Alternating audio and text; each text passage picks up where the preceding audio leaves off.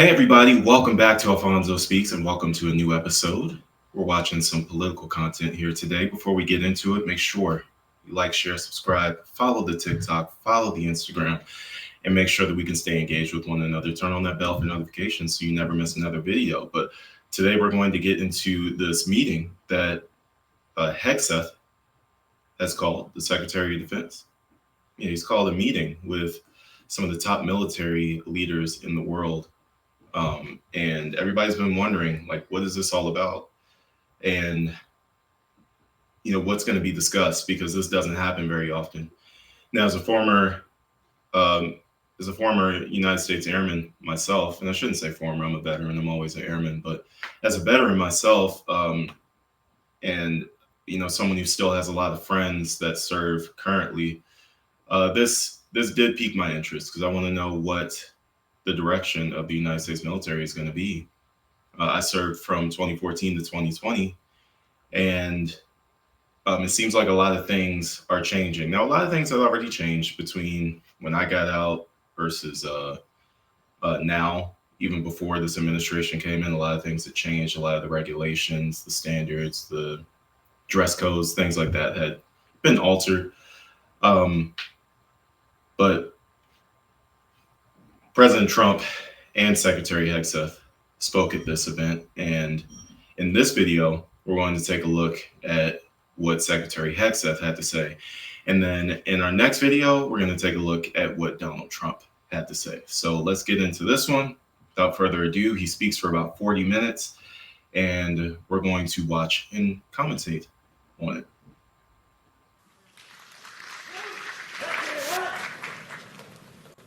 Thank you, Mr. Chairman. Sure. Thank you. Please take your seats.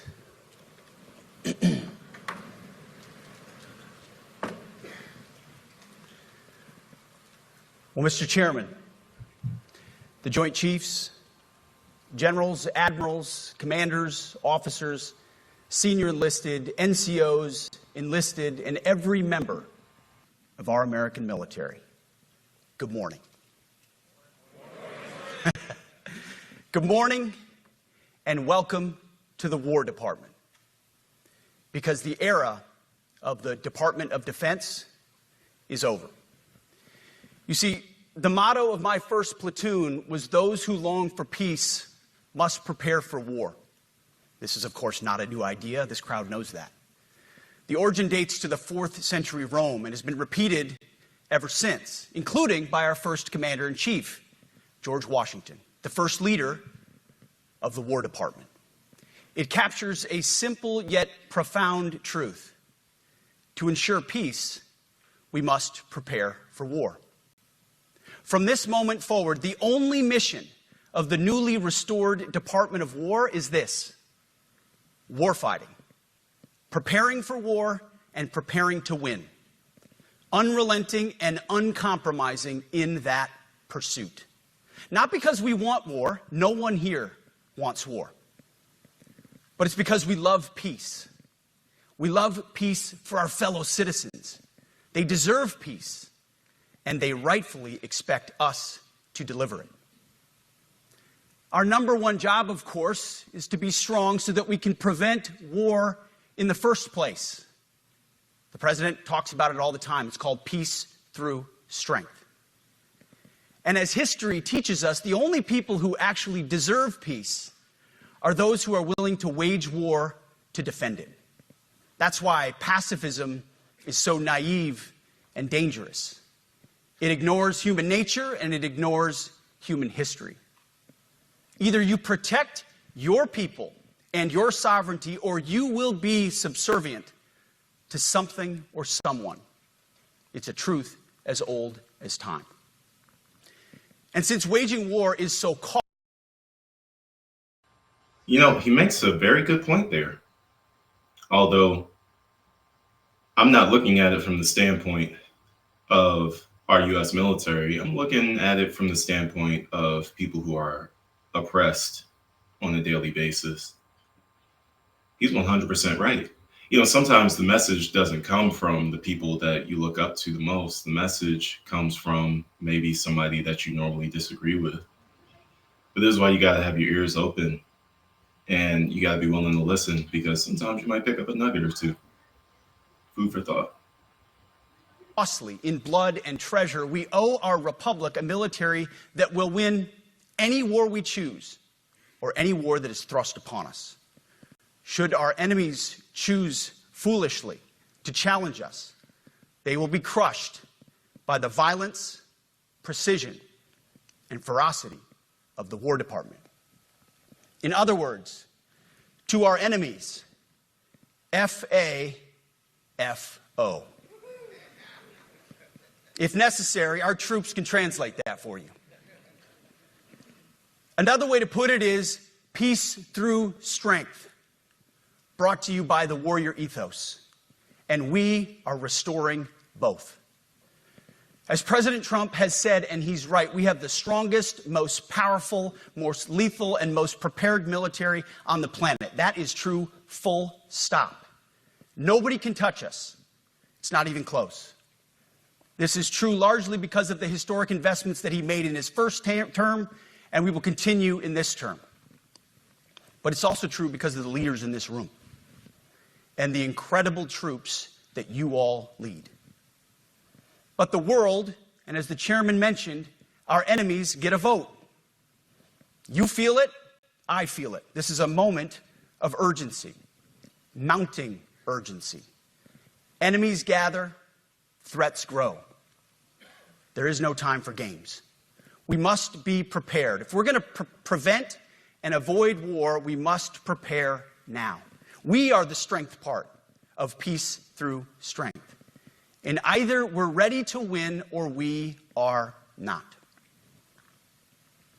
You see, this urgent moment, of course, requires more troops, more munitions, more drones, more Patriots, more submarines, more B-21 bombers. It requires more innovation, more AI in everything and ahead of the curve. More cyber effects, more counter-UAS, more space, more speed. America is the strongest, but we need to get stronger and quickly. The time is now, and the cause is urgent. The moment requires restoring and refocusing our defense industrial base, our shipbuilding industry, and onshoring all critical components. It requires, as President Trump has done, getting our allies and partners to step up and share the burden. America cannot do everything. The free world requires allies with real hard power, real military leadership, and real military capabilities. The War Department is tackling and prioritizing all of these things. And I'll be giving a speech next month that will showcase the speed, innovation, and generational acquisition reforms we are undertaking urgently. Likewise, the nature of the threats we face in our hemisphere and in deterring China is another speech for another day, coming soon. This speech today, as I drink my coffee, this speech today is about people. And it's about culture. The topic today is about the nature of ourselves. Because no plan, no program, no reform, no formation will ultimately succeed unless we have the right people and the right culture at the War Department. If I've learned one core lesson in my 8 months in this job, it's that personnel is policy. Personnel is policy. The best way to take care of troops is to give them good leaders committed to the warfighting culture of the department. Not perfect leaders, good leaders. Competent, qualified, professional, agile, aggressive, innovative, risk-taking, apolitical, faithful to their oath and to the Constitution. Eugene Sledge, in his World War II memoir, wrote, quote, "War is brutish, inglorious, and a terrible waste. Combat leaves an indelible mark on those who are forced to endure it. The only redeeming factors are my comrades' incredible bravery and their devotion to each other." In combat, there are thousands of variables, as I learned in Iraq and Afghanistan, and as so many of you did in so many more places. Leaders can only control about 3 of them. You control how well you're trained, mostly how well you're equipped, and the last variable is how well you lead. After that, you're on your own.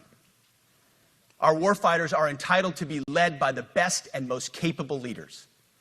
That is who we need you all to be. Even then, in combat, even if you do everything right, you may still lose people because the enemy always gets a vote. We have a sacred duty to ensure that our warriors are led by the most capable and qualified combat leaders. This is one thing you and I can control, and we owe it to the force to deliver it. For too long, we have simply not done that. The military has been forced by foolish and reckless politicians to focus on the wrong things. In many ways, this speech is about fixing decades of decay. Some of it obvious, some of it hidden. Or as the chairman has put it, we are clearing out the debris, removing the distractions, clearing the way for leaders to be leaders. You might say we're ending the war on warriors. I heard someone wrote a book about that. For too long, we've promoted too many uniformed leaders for the wrong reasons, based on their race, based on gender quotas, based on historic so-called firsts. We've pretended that combat arms and non-combat arms are the same thing. We've weeded out so-called toxic leaders under the guise of double-blind psychology assessments, promoting risk-averse, go-along-to-get-along conformists instead. You name it, the department did it. Foolish and reckless political leaders set the wrong compass heading, and we lost our way. We became the woke department, but not anymore. Right now, I'm looking out at a sea of Americans who made a choice when they were young men and young women. Can I just stop him for a second and just comment on one piece of that he said? Because I'm not going to act like he's completely wrong, but let me comment on one piece that he said, where people were promoted because of firsts. And I'm sure he's talking about when we've had our first African-American Chief Master Sergeant of the Air Force, or the first Asian woman Chief Master Sergeant of the Air Force. Things like that have been happening. But can we not forget to ask the question, why were they even the first this late into the game? Isn't that a fair question to ask? Like, you're talking about people were hired based on, oh, they're the first this, the first that. Why were they the first? It is the 21st century. Why were they the first anything? This military has been around since the 1800s.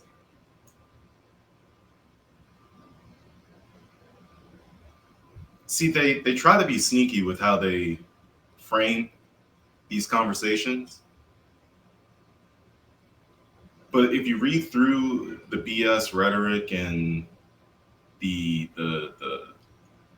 speech language, you know what he's really saying based on what the Trump administration has been doing, which is getting rid of anything that they consider to be woke, which woke was a term created by Black people that was hijacked.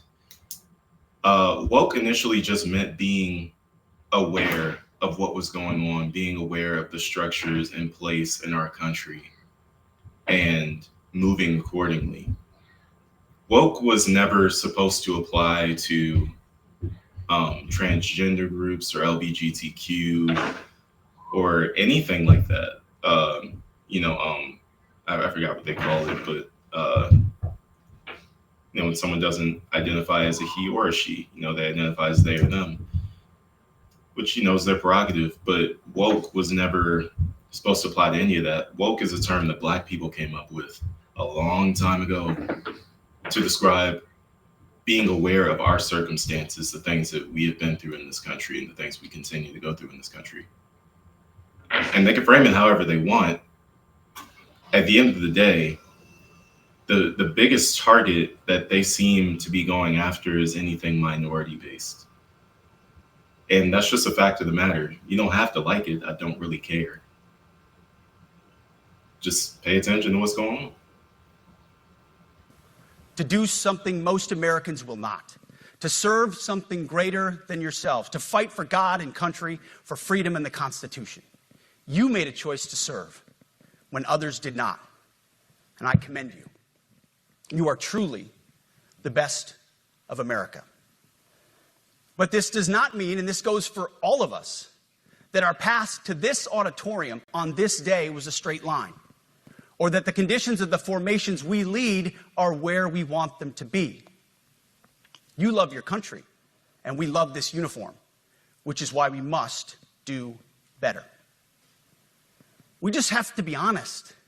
We have to say with our mouths what we see with our eyes. To just tell it like it is in plain English. To point out the obvious things right in front of us. That's what leaders must do. We cannot go another day without directly addressing the plank in our own eye, without addressing the problems in our own commands and in our own formations. This administration has done a great deal from day one to remove the social justice, politically correct, and toxic ideological garbage that had infected our department, to rip out the politics. No more identity months, DEI offices, dudes in dresses. No more climate change worship. No more division, distraction, or gender delusions. No more debris. As I've said before, and will say again, we are done with that shit. I've made it my mission to uproot the obvious distractions that made us less capable and less lethal. That said, the War Department requires the next step. Underneath the woke garbage is a deeper problem, and a more important problem that we are fixing and fixing fast. Common sense is back at the White House, so making the necessary changes is actually pretty straightforward. President Trump expects it. And the litmus test for these changes is pretty simple. Would I want my eldest son, who is 15 years old, eventually joining the types of formations that we are currently wielding? If in any way the answer to that is no, or even yes, but, then we're doing something wrong. Because my son is no more important than any other American citizen who dons the cloth of our nation. He is no more important than your son. All precious souls made in the image and likeness of God. Every parent deserves to know that their son or their daughter that joins our ranks is entering exactly the kind of unit that the Secretary of War would want his son to join. Think of it as the golden rule test. Jesus said, "Do unto others that which you would have done unto yourself." It's the ultimate simplifying test of truth. The new... Now we want to bring Jesus into it. Okay, we'll get back to the video, but since he wants to bring Jesus into it, let's make something very clear. Jesus said that his greatest commandment was to love. Love first. Not fight first, not anything that he's talking about. Jesus said, my greatest commandment is to love. Jesus never said go to war. Jesus never said get your militaries stronger. Jesus never said any of that. So if we're going to invoke Jesus in this conversation, in this speech, then let's be pure about it. Let's actually talk about what Jesus said. Because everything that he's saying is coming from the opposite of what love is. And that just has to be said. It's a fact of the matter. So don't claim to be a follower of Jesus. Don't claim to be following biblical principles when you can't even get the first basic one right. Love one another. Very, very interesting. Let's get back to the video. War Department golden rule is this: do unto your unit as you would have done unto your own child's unit. Would you want him serving with fat or unfit or undertrained troops? Or alongside people who can't meet basic standards? Or in a unit where standards were lowered so certain types of troops could make it in? In a unit... Okay, so finally something I can get on board with. Yeah, we had a big problem with this when I was in the Air Force. I truly believe this is one of the reasons why they called us the Chair Force. Um, Obviously, they think our jobs are just cake. Mine wasn't. I worked 12-hour days all the time. But I do think that we had a big problem when it came to our physical fitness standards. Making sure everybody met the physical fitness standards was a consistent problem. We definitely had people failing. We definitely had people completely out of shape. Now, depending on their job, it didn't make them any less good at their job. You got to remember, not everybody in the military goes to war. Not everybody fights, hand to hand combat. Some people do desk jobs. Some people just do maintenance jobs. And I do agree there should be a certain level of fitness expectations. I always passed on my PT test. I never failed one. But there does come a time where fitness isn't the only thing that matters. You got to have smart people as well. And sometimes the ones that were out of shape were very, very smart. So just something to think about here. Where leaders were promoted for reasons other than merit, performance, and warfighting? The answer is not just no, it's hell no. This means at the War Department, first and foremost, we must restore a ruthless, dispassionate, and common sense application of standards. I don't want my son serving alongside troops who are out of shape, or in combat unit with females who can't meet the same combat arms physical standards as men, or troops who are not fully proficient on their assigned weapons, platform, or task, or under a leader who was the first, but not the best. Standards must be uniform, gender neutral, and high. If not, they're not standards. They're just suggestions. Suggestions that get our sons and daughters killed. When it comes to combat arms units, and there are many different stripes across our joint force, the era of politically correct, overly sensitive, don't hurt anyone's feelings leadership ends right now. At every level, either you can meet the standard, either you can do the job, either you are disciplined, fit, and trained, or you are out. And that's why today, at my direction, and this is the first of 10 Department of War directives that are arriving at your commands as we speak and in your inbox. Today, at my direction, each service will ensure that every requirement for every combat MOS, for every designated combat arms position, returns to the highest male standard only. Okay, that I can definitely understand. So for those of you who don't really know what the acronyms are, MOS is basically your job title. It's a code. Like mine was 2W151. It's just a code that you use to describe your job. And now what he's saying is that the ones that are combat MOSs, so those job codes, security forces, the PJs, Navy SEALs, stuff like that. Those are like the combat guys, machine gunners, people like that. What they're saying is no matter if you are a male or a female, you're going to have to meet the same standards of physical fitness and of proficiency. I don't really see an issue with that. That's fine. That doesn't apply, military wide. Because again, don't forget, like, just like some of you work a desk job or some of you serve food or, like there's people in the military who do simple stuff like that. Not everybody goes to war. Again, not everybody goes to war. So it's important to remember that. So I think what he's saying here is fair, in my opinion. I agree with this because, again, I wasn't a combat MOS, but we had the same problem with women, especially attractive women in the military, getting away with a lot of stuff that we as males never had a chance to get away with. It was always completely unfair. So there's some of this. Again, I'm being fair in this speech. I'm going to give him credit where credit is due, and he deserves it. Um, I'm not here to be biased, but I'm going to react to every part of his speech the way that I want to react to it. But I think this is a fair point, and I do like this change. Because this job is life or death. Standards must be met. And not just met, at every level we should seek to exceed the standard, to push the envelope, to compete. It's common sense. And core to who we are and what we do, it should be in our DNA.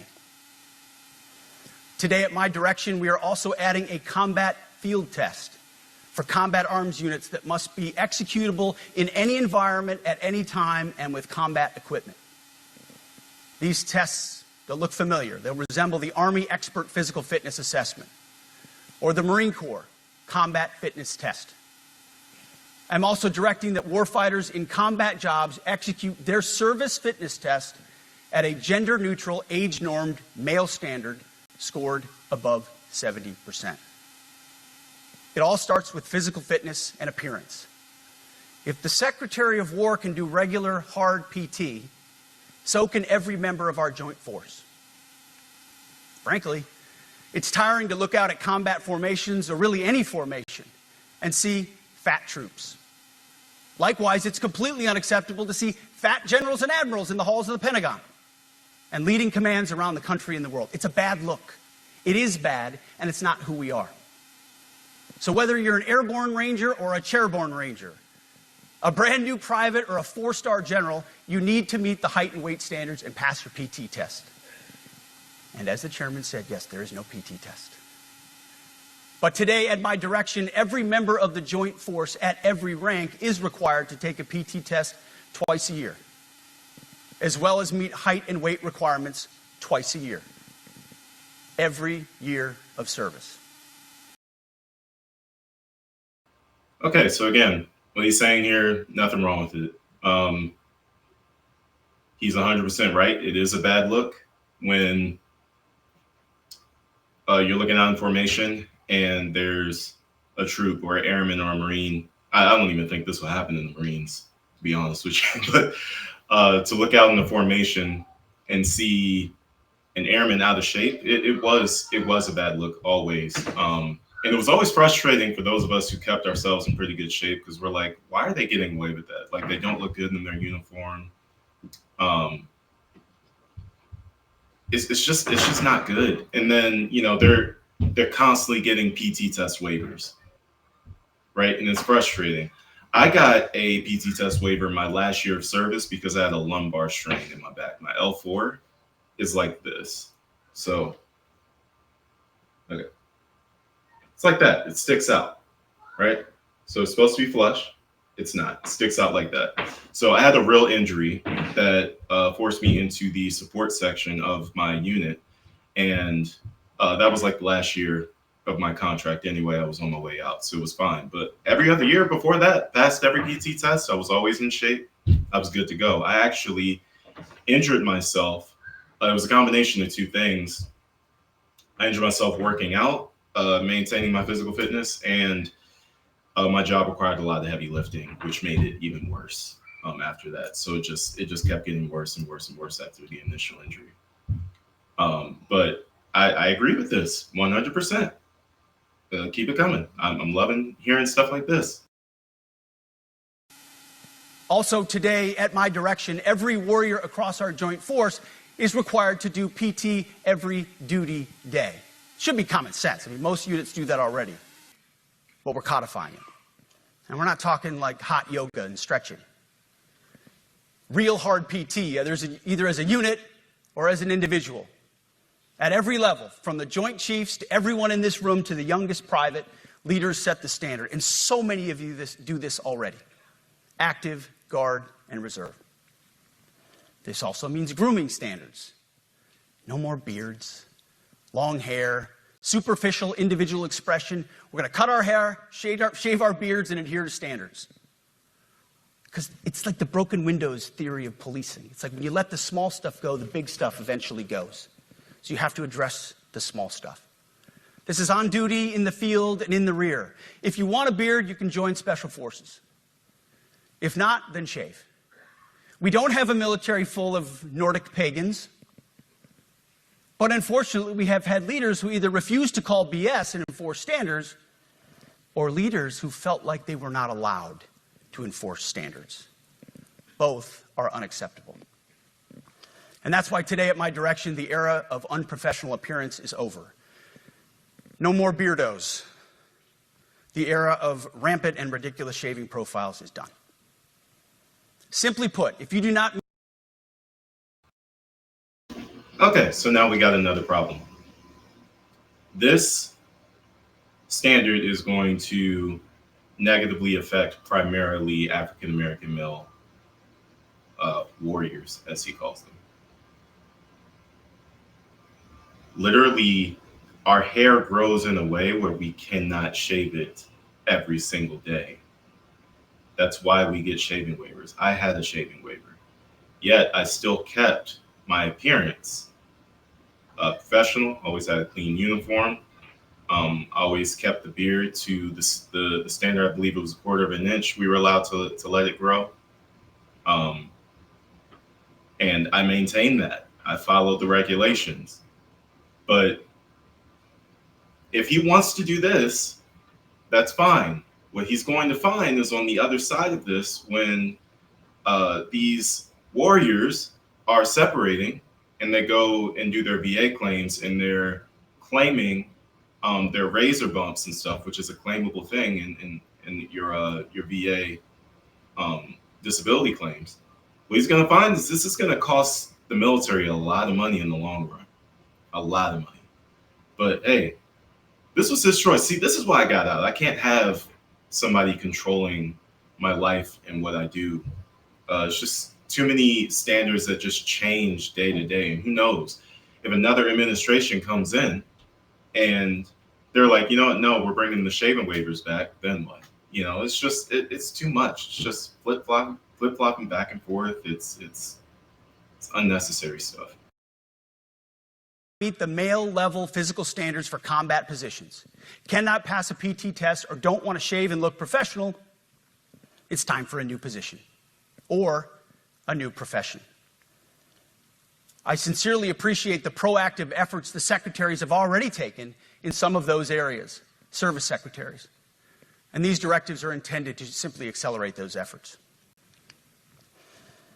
On the topic of standards, allow me a few words to talk about toxic leaders. Upholding and demanding high standards is not toxic. Enforcing high standards, not toxic leadership. Leading warfighters toward the goals of high, gender-neutral, and uncompromising standards in order to forge a cohesive, formidable, and lethal Department of War is not toxic. It is our duty, consistent with our constitutional oath. Real toxic leadership is endangering subordinates with low standards. Real toxic leadership is promoting people based on immutable characteristics or quotas instead of based on merit. Real toxic leadership is promoting destructive ideologies that are an anathema to the Constitution and the laws of nature and nature's God, as Thomas Jefferson wrote in the Declaration of Independence.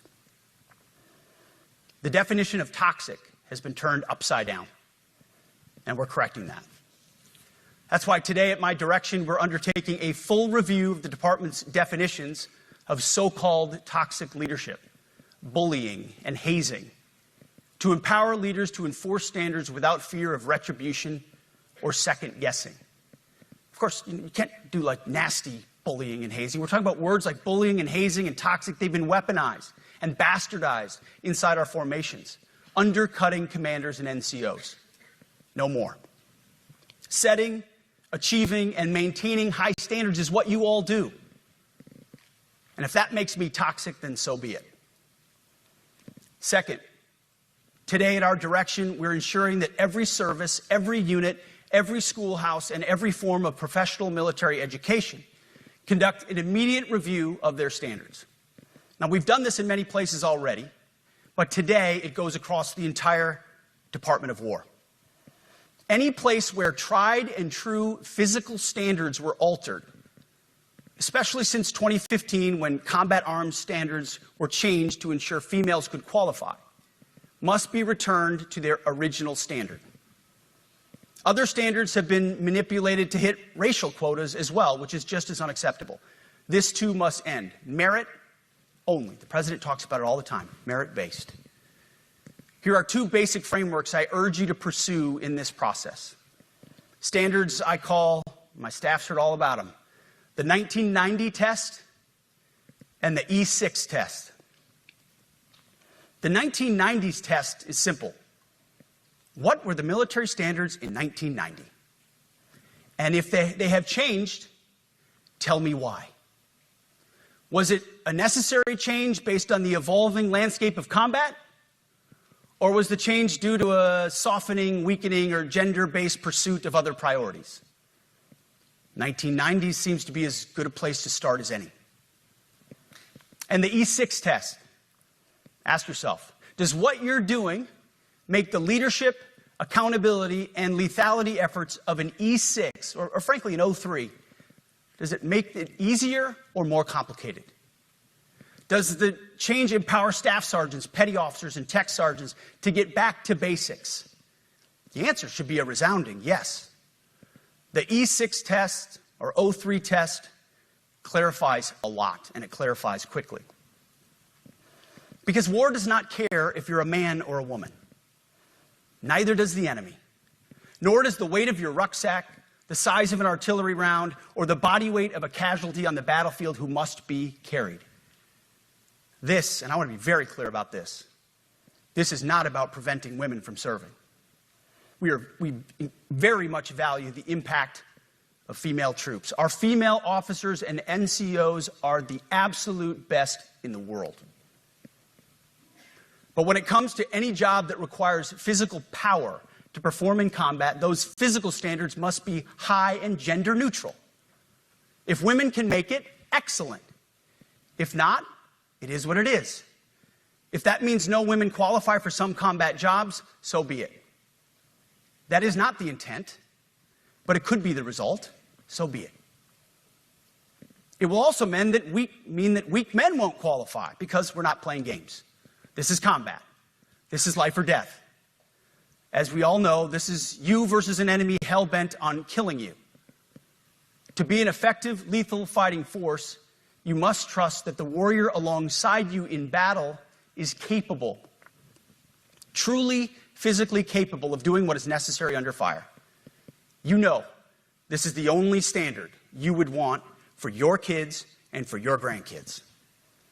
Apply the War Department Golden Rule, the 1990 test, and the E6 test, and it's really hard to go wrong. Third, we are attacking and ending the walking on eggshells and zero-defect command culture. A risk-averse culture means officers execute not to lose instead of to win. A risk-averse culture means NCOs are not empowered to enforce standards. Commanders and NCOs don't take necessary risks or make tough adjustments for fear of rocking the boat or making mistakes. A blemish-free record is what peacetime leaders covet the most, which is the worst of all incentives. We, as senior leaders, need to end the poisonous culture of risk aversion and empower our NCOs at all levels to enforce standards. Truth be told, for the most part, we don't need new standards. We just need to reestablish a culture where enforcing standards is possible. And that's why today, at my direction, I'm issuing new policies that will overhaul the IG, EO, and MEO processes. I call it the No More Walking on Eggshells policy. We are liberating commanders and NCOs. We are liberating you. We are overhauling an Inspector General process, the IG, that has been weaponized, putting complainers, ideologues, and poor performers in the driver's seat. We're doing the same with the equal opportunity and military equal opportunity policies, the EO and MEO at our department. No more frivolous complaints, no more anonymous complaints, no more repeat complainants, no more smearing reputations, no more endless waiting, no more legal limbo, no more sidetracking careers, no more walking on eggshells. Of course, being a racist has been illegal in our formations since 1948. The same goes for sexual harassment. Both are wrong and illegal. Those kinds of infractions will be ruthlessly enforced. But telling someone to shave or get a haircut or to get in shape or to fix their uniform or to show up on time or to work hard, that's exactly the kind of discrimination we want.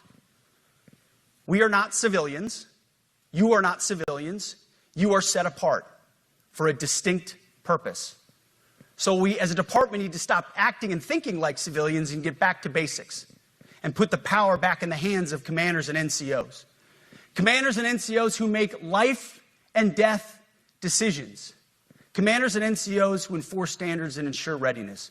Commanders and NCOs who, in this War Department, have to look in the mirror and they have to pass the golden rule test. So, this sounds good.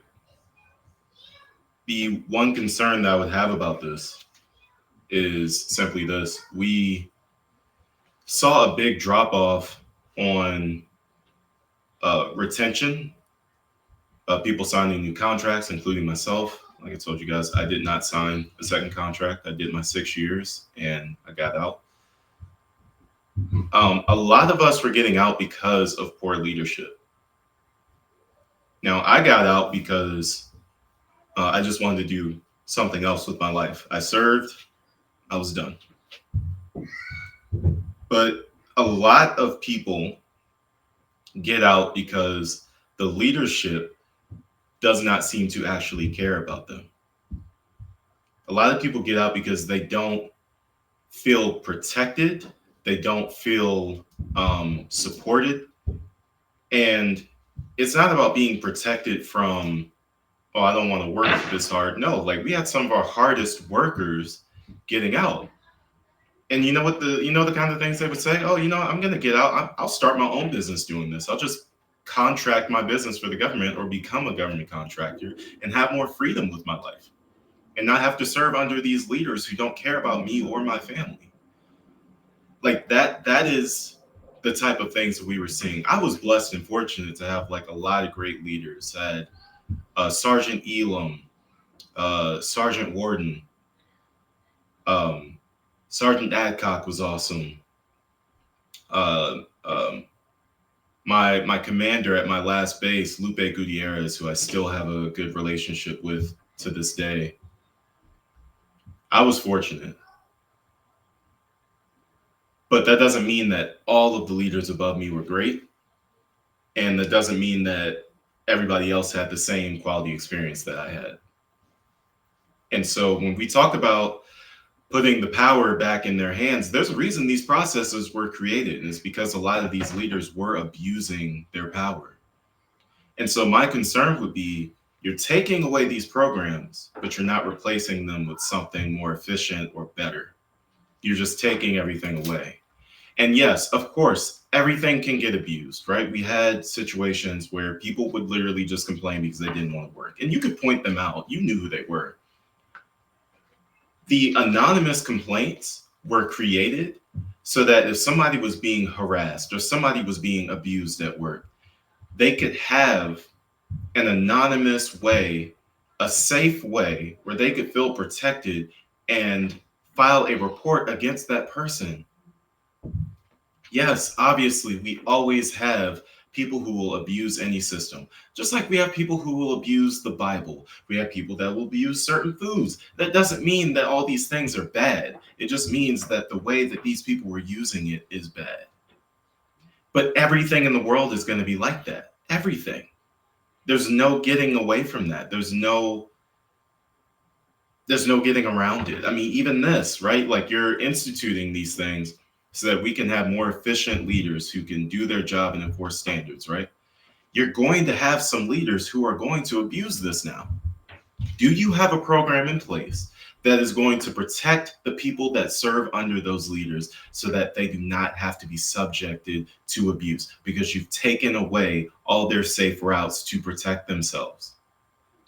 And you've replaced it with nothing. That's concerning. That's not a good thing. And hopefully it doesn't backfire on the United States military as a force. My kids, your kids, America's sons and daughters. So I urge you all here today and those watching, take this guidance and run with it. The core of this speech is the 10 directives we're announcing today. They were written for you, for Army leadership, for Navy leadership, for Marine Corps leadership, for Air Force leadership, Space Force leadership. These directives are designed to take the monkey off your back and put you, the leadership, back in the driver's seat. Move out with urgency because we have your back. I have your back.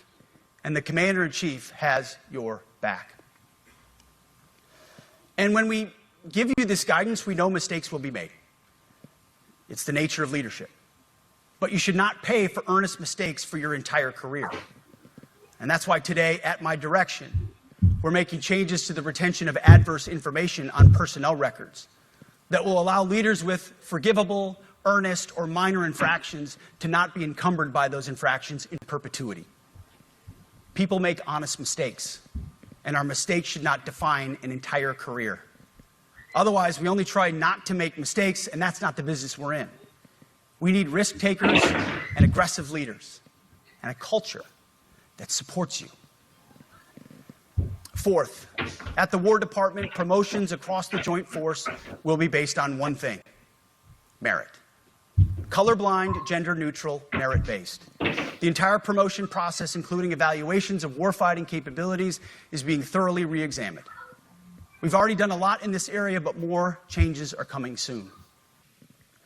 We'll promote top-performing officers and NCOs faster and get rid of poor performers more quickly. Evaluations, education, and field exercises will become real evaluations, not box checks, for every one of us at every level. These same reforms happened before World War II as well.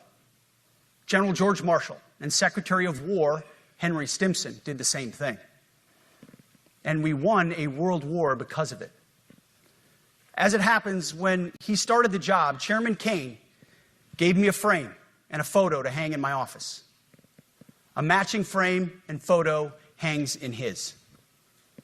It's a photo of Marshall and Stimson preparing for World War II. Those two leaders famously kept the door open between their offices for the entirety of the war. They worked together, civilian and uniform, every single day. Chairman Kane and I do the same.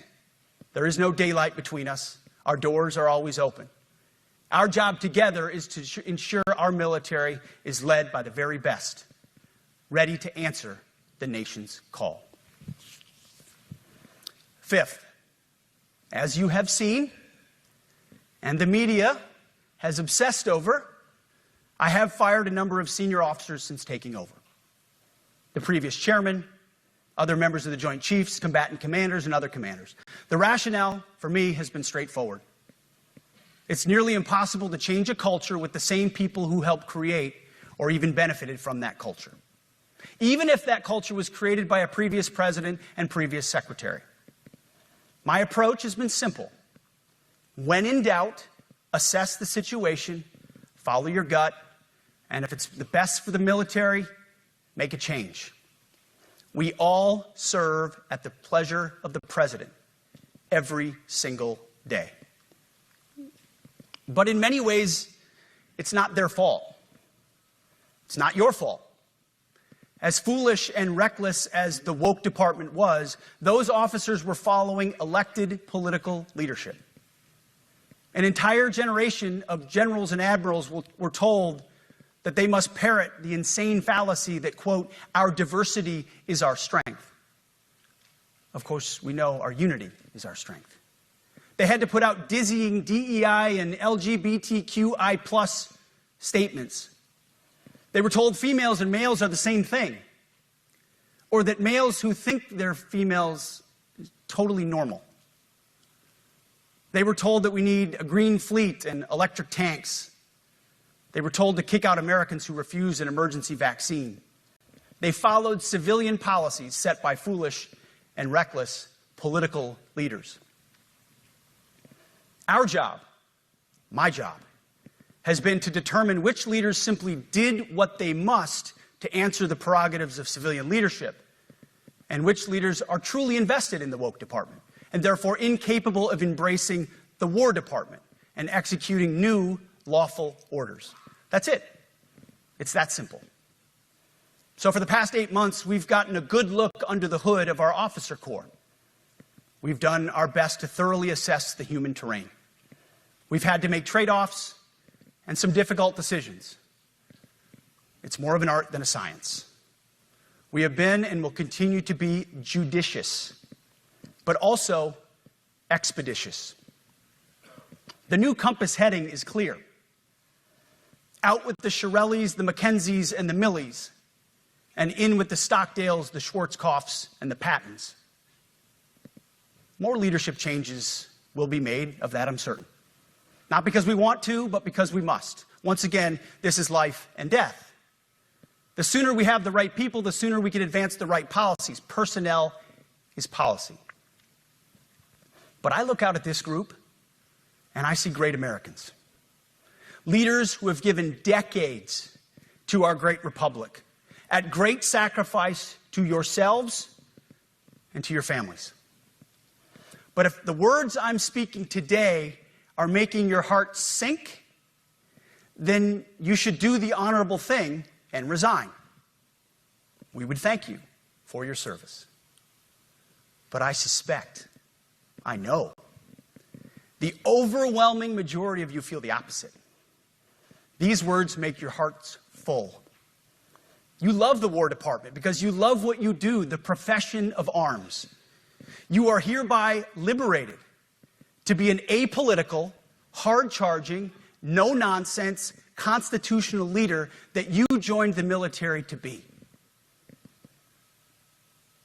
We need you locked in on the M, not the D, the E, or the I, not the DEI or the DIE of dime. By that I mean the M, military, of the instruments of national power. We have entire departments across the government dedicated to diplomatic, informational, and economic lines of effort. We do the M. Nobody else does. And our GOFOs need to master it in every domain and every scenario. No more distractions, no more political ideologies, no more debris. Now, of course, we're going to disagree at times. We would not be Americans if we didn't. Being a leader in a large organization like ours means having frank conversations and differences of opinion. You will win some arguments, and you will lose some arguments. It's interesting that he says this because what President Trump says later on, which we'll see in the next video, kind of contradicts what he's saying right here. Where it's okay if we'll disagree. It's okay. You know, we want you to be apolitical. Doesn't sound like that's what Trump wants, but we'll attack that in another video. But when civilian leaders issue lawful orders, we execute. We are professionals in the profession of arms. Our entire constitutional system is predicated upon this understanding. Now, it seems like a small thing, but it's not. This includes as well the behavior of our troops online.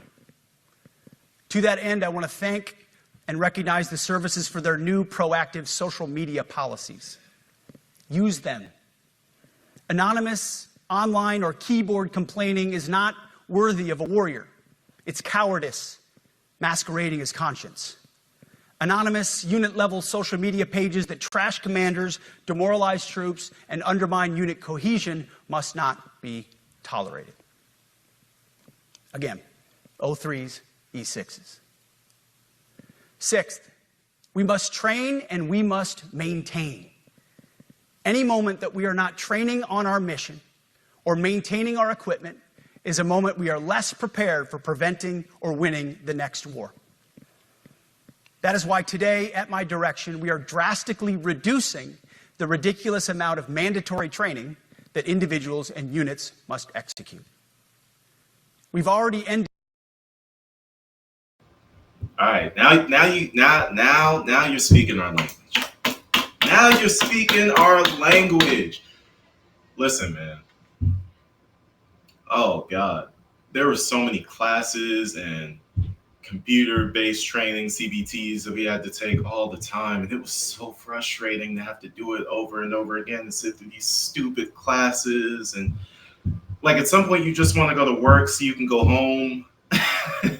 Like this I can get down with. Okay, I'm gonna be fair, man. I'm trying to be fair. This is one that works for me. So good on them for this change. Did the most egregious. Now we're giving you back real time. Less PowerPoint briefings and fewer online courses, more time in the motor pool, and more time on the range. Our job is to make sure you have the money, equipment, weapons, and parts to train and maintain, and then you take it from there. You all know this because it's common sense. The tougher and the higher the standards in our units, the higher the retention rates in those units. Warriors want to be challenged. Troops want to be tested. When you don't train and you don't maintain, you demoralize. And that's when our best people decide to take their talents to the civilian world. The leaders who created the woke department have already driven out too many hard chargers. We reverse that trend right now. There is no world in which high-intensity war exists without pain, agony, and human tragedy. We are in a dangerous line of work. You are in a dangerous line of work. We may lose good people. But let no warrior cry out from the grave, if only I had been properly trained. We will not lose warfighters because we failed to train or equip them or resource them. Shame on us if we do. Train like your warriors' lives depend on it, because they do. To that point, basic training is being restored to what it should be: scary, tough, and disciplined. We're empowering drill sergeants to instill healthy fear in new recruits, ensuring that future warfighters are forged. Yes, they can shark attack, they can toss bunks, they can swear, and yes, they can put their hands on recruits. This does not mean they can be reckless or violate the law, but they can use tried and true methods to motivate. You had me until they could put their hands on recruits. Okay. Listen, man. I think in this case, maybe that's a little detail you should have left out and just hidden for people to maybe read about that one, because nobody's about to send. I know me. I'm not about to send my child to basic training for somebody to put their hands on them. I'm fine with the other stuff. I was in basic training in the era where, drill sergeants could say stuff to us. Well, we had MTIs, but MTIs could say what they wanted to us. They could curse at us. And then sometime after I left, I started hearing about knock it off cards and just a bunch of craziness that was going on in basic training. So it did get really soft, and that was very concerning for sure. That like they had their phones and all types of stuff. It was insanity, honestly. Like this is a good change, except for the put hands on, because listen, man, that's a dangerous road to go on. Not all these MTIs and drill sergeants can fight, man. Some of them are just good teachers and trainers, but that don't mean they can fight. You run into the right troop that can fight, you're gonna whoop your ass. You put your hands on him. So, I mean, this is at your own discretion, drill sergeants and MTIs. Use your intuition when enforcing this. New recruits to make them the warriors they need to be. Back to basics at basic as well. Of course, and you know this, basic training is not where mission readiness should end. The nature of the evolving threat environment demands that everyone, in every job, must be ready to join the fight if needed. A core credo of the Marine Corps is every Marine a rifleman. It means that everyone, regardless of MOS, is proficient enough to engage an enemy threat at sea, in the air, or in a so-called rear area. We need to ensure that every member of our uniformed military maintains baseline proficiency in basic combat skills, especially because the next war, like the last, will likely not have a rear area. Finally, as President Trump rightly pointed out when he changed the department name, the United States has not won a major theater war since the name was changed to the Department of Defense in 1947. One conflict stands out in stark contrast: the Gulf War. Why? Well, there's a number of reasons, but it was a limited mission with overwhelming force and a clear end state. But why did we execute and win the Gulf War the way we did in 1991? There's two overwhelming reasons. One was President Ronald Reagan's military buildup gave an overwhelming advantage. And two, military and Pentagon leadership had previous formative battlefield experiences. The men who led this department during the Gulf War were mostly combat veterans of the Vietnam War. They said never again to mission creep or nebulous end states. The same holds true today. Our civilian and military leadership is chock full of veterans from Iraq and Afghanistan who say never again to nation building and nebulous end states. This clear-eyed view, all the way in the White House, combined with President Trump's military buildup, postures us for future victories if, and we will, and when we embrace the War Department. And we must. We are preparing every day. We have to be prepared for war, not for defense. We're training warriors, not defenders. We fight wars to win, not to defend. Defense is something you do all the time. It's inherently reactionary and can lead to overuse, overreach, and mission creep. War is something you do sparingly, on our own terms, and with clear aims. We fight to win. We unleash overwhelming and punishing violence on the enemy. We also don't fight with stupid rules of engagement. We untie the hands of our warfighters to intimidate, demoralize, hunt, and kill the enemies of our country. No more politically correct and overbearing rules of engagement. Just common sense, maximum lethality, and authority for warfighters. That's all I ever wanted as a platoon leader. And it's all my E6 squad leaders ever wanted, back to that E6 rule. We let our leaders fight their formations, and then we have their back. It's very simple, yet incredibly powerful. A few months ago, I was at the White House when President Trump announced his Liberation Day for America's trade policy. It was a landmark day. Well, today is another Liberation Day. The liberation of America's warriors, in name, in deed, and in authorities. You kill people and break things for a living. You are not politically correct and don't necessarily belong always in polite society. We are not an army of one. We are a joint force of millions of selfless Americans. We are warriors. We are purpose-built, not for fair weather, blue skies, or calm seas. We were built to load up in the back of helicopters, 5 tons, or Zodiacs, in the dead of night, in fair weather or foul, to go to dangerous places, to find those who would do our nation harm, and deliver justice on behalf of the American people in close and brutal combat, if necessary. You are different. We fight not because we hate what's in front of us. We fight because we love what's behind us. You see, the Ivy League faculty lounges will never understand us, and that's okay, because they could never do what you do. The media will mischaracterize us, and that's okay, because deep down they know the reason they can do what they do is you.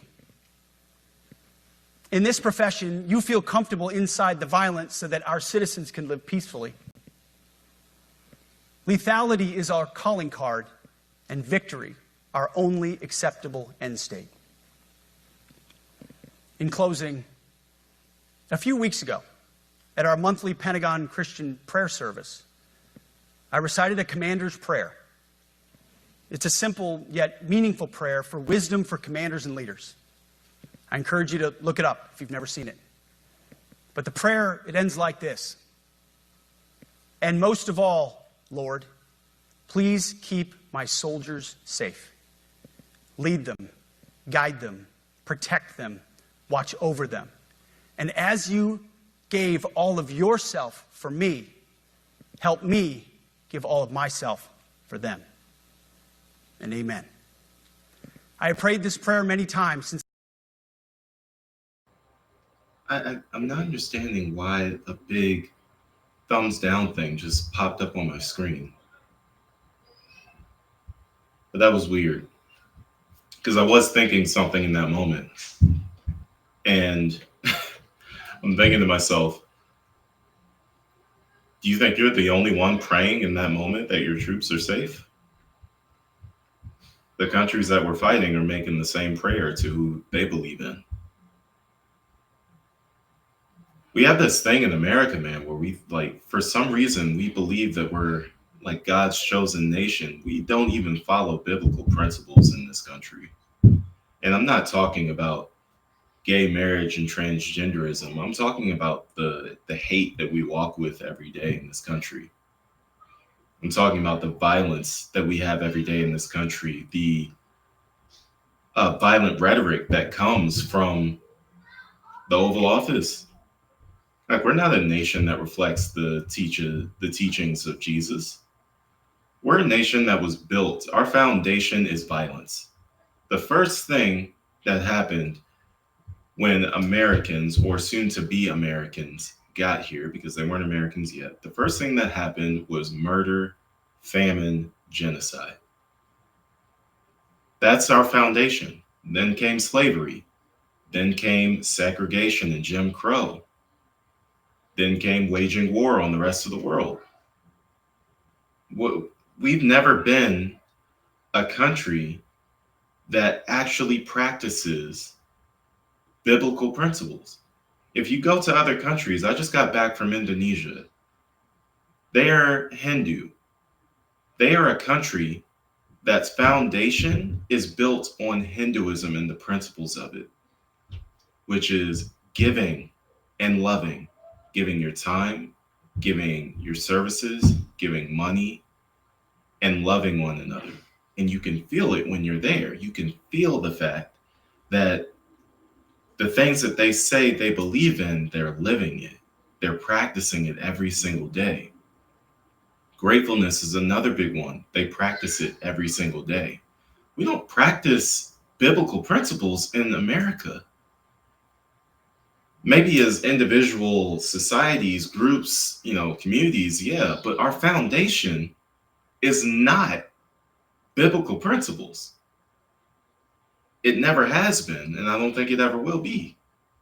I've had the privilege of being your secretary, and I will continue to pray this prayer for each of you as you command and lead our nation's finest. Go forth and do good things, hard things. President Trump has your back, and so do I. And you'll hear from him shortly. Move out and draw fire, because we are the War Department. Godspeed. So, that was Secretary of War Pete Hegseth's speech. A lot of interesting things in that speech, and a lot of big changes coming to the military. Obviously, this is going to be a very interesting next 3.5 years that we have left now of this Trump administration. Very interesting things going on. Very interesting things. Of course, as he said, President Trump spoke next. We will get to that in our next video. But for now, make sure you follow me on Instagram, TikTok, Like, share, subscribe, turn the bell on for notifications, and I will see you guys in the next video. Peace.